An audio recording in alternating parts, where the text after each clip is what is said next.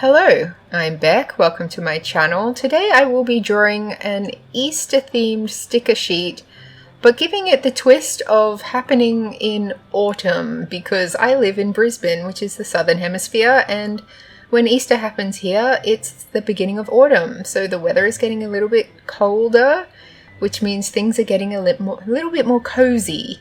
And because usually, traditionally, Easter is a springtime thing, and so the color scheme is very bright colors and pastels, like new flowers coming out, that kind of thing.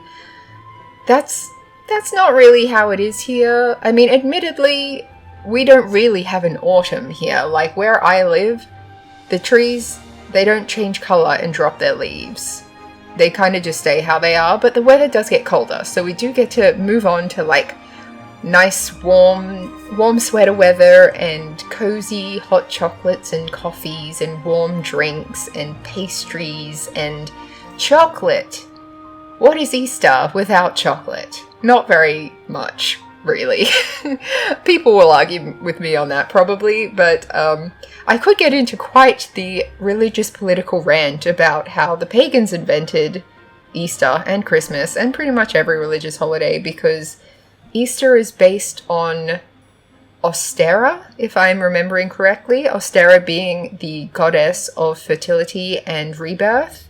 So when the equinox occurs between summer and winter, that's kind of when spring happens. So winter is over, flowers are coming out of the ground, rabbits are starting to come out of their burrows, and it's all like spring chickens and eggs and bunnies and flowers, and that's where Easter comes from. But obviously Christianity adopted it. I like to think that it was kind of a compromise where when Christianity was kind of forcing itself upon a lot of people, the small villages and things like that gave a little bit of pushback where they're like, look, we'll follow your God or whatever it is, but we're not giving up our public holiday. We're still going to celebrate the big ones. And whenever the seasons change, we celebrate. And we're not giving that up. And it's eggs and it's bunnies and it's like giving each other food. So is that a problem? And they were like, no, that's fine. You can still do that. We'll just call it we'll give it a different reason. And then there was the whole Jesus was reborn thing.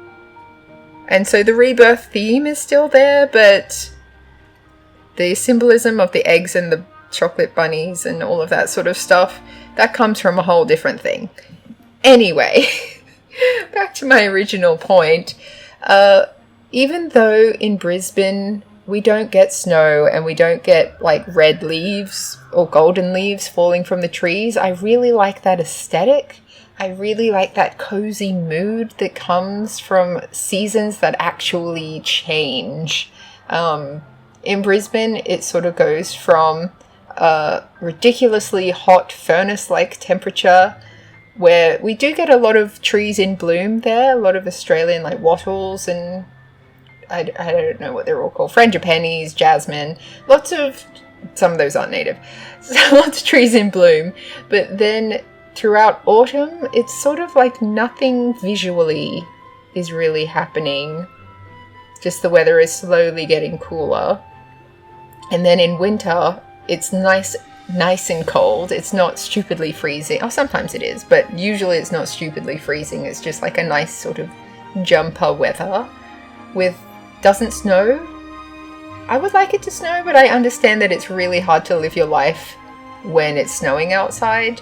And I think part of the reason that it's annoying is that traditionally winter is supposed to be a time when everyone just stops and just stays inside and spends time with their families and rests and just like the trees and everything else just is still and just pause and quiet and rest.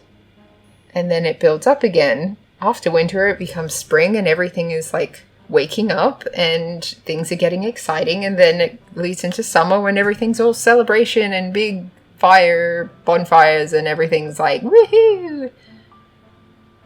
I forget the point of this story, but anyway, we don't really have different seasons. So I like to experience the vibe of seasons changing through my bullet journal themes, which is just a very little part of my life, but it is something I look at every day, and it's nice to have a aesthetic vibe to that sort of thing.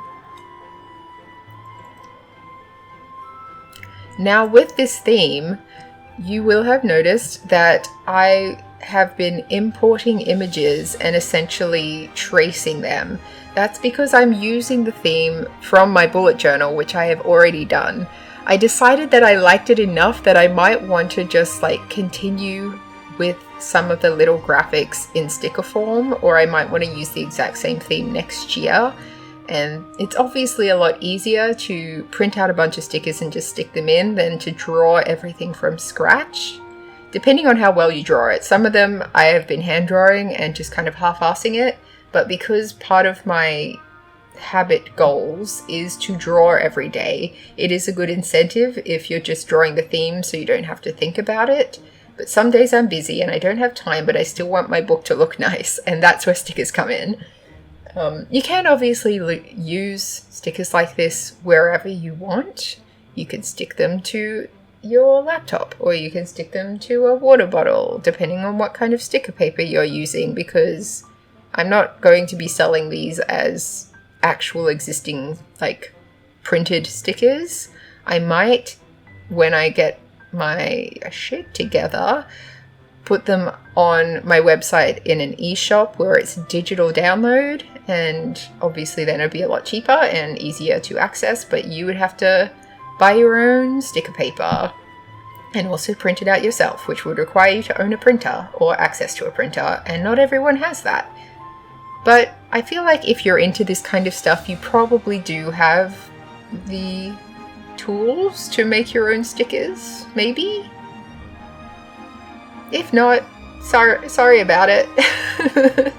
Let me know if you are a sticker making kind of person, if you have a printer. If you have a printer, what kind of printer do you have? Because mine is fine, but it's not amazing. It seems to like, the ink goes dry really easily, and so it's not that it's run out of ink, but the ink just stops working, and so I end up wasting a lot of money on ink. And everyone who owns a printer knows that the ink is the most expensive part of owning a printer. So if you spend a lot of money on the machine itself, you are kind of wasting money, because you can get really good printers for not that much money, but then the ink that you use with it costs more than perfume. And I don't mean cheap perfume, I mean good perfume. But I guess it lasts longer than perfume, because once you've printed something on whatever it is, that is there forever. Unless you burn it, I guess. Feeling very philosophical today. I don't know why. I ended up mostly ignoring my template page, which, I mean, it's helpful in that, like, it gives me an idea of the kind of scale of images I want to use, but I don't necessarily need to do, like, things that fit perfectly in the ovals and things that fit perfectly in the round parts. And I did find that for the D&D sticker sheet, the big one that I'd put in the middle didn't work in most circumstances. I'd based that shape around a previous bullet journal page where I think the month was shorter and I'd done a big feature image. And I liked the way that had looked, so I was like, I'll do a big feature image for every month, and then realized I didn't have space on a lot of the other months to put in a feature image. But anyway, I do like the part of the template where it reminds me to do kind of DIY washi tape. So the little strips of things, the repeating patterns that can be used as a tape, those are the most useful in bullet journals, because you can just cut straight lines and then you've got a whole line of something to go along the header of your piece or the bottom, or use as dividers. So those branches, I use them as dividers when I just draw them in, but you can use them horizontally as well as part of the heading embellishment. I did have the next row down in mind for the heading embellishment, so just the repeating eggs and chocolate bunnies and things. But I did also want to keep some of April not as Easter themed. Like, I don't really celebrate Easter. It is a theme that comes to all the shops. But in my family, we'll sometimes get together, sometimes not. It's not really a huge thing. It's more something that, like, it's exciting more for children because of, like, Easter egg hunts, and we used to do the Easter bonnet parades at school. But as an adult, there's really nothing to the holiday that is anything apart from the chocolate, which you can buy for yourself. So it's not really in the spirit of it to buy it for yourself. You're supposed to be buying it to give as gifts, and then you maybe receive some as gifts. But, you know, if you're not planning to see anyone for Easter, at Easter, I think it's fine to buy your own stuff. Also, the hot cross buns, they start being sold, I think, before Christmas. I think they were in supermarkets before Christmas last year, so they've been around for a bit. I am enjoying that because they've been around for so long. A lot of the shops have decided to do special ones. So there's like there was one that was meant to be like a cinnamon scroll type hot cross bun, and it had the icing that would normally go on a cinnamon roll inside the hot cross bun. There was another one that was the Biscoff flavor. I'm trying to think of the other ones that they have, but those are the two main ones that I've tried. I think they have like a berry one, but they're turned into like Tim Tams or Oreos, where like the original is the best, but I'm not going to complain if you're going to offer me extra flavors. Although I will complain a little bit because both Tim Tam and Oreo have kind of gone a bit weird, where they're like reaching too far. That's too many. They try too hard to have too many flavors.